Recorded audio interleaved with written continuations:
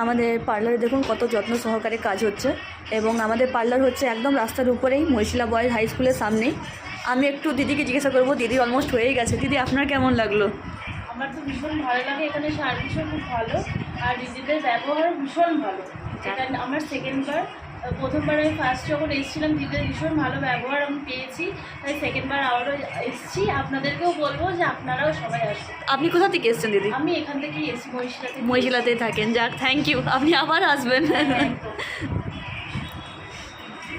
আপনারা আমাদের দিদিদের রিভিউ শুনতেই পাচ্ছেন এবং বুঝতেই পাচ্ছেন আমাদের কাজ দেখে যে কত সুন্দরভাবে কাজ হচ্ছে। কারণ আমরা আপনাদের কাজ অলমোস্ট ক্যামেরাতে দেখিয়ে দিচ্ছি, ভিডিওতে কেমন কাজ হচ্ছে। হেয়ার কাটিং, আইব্রো আমরা প্রায় আপলোড করতেই থাকি।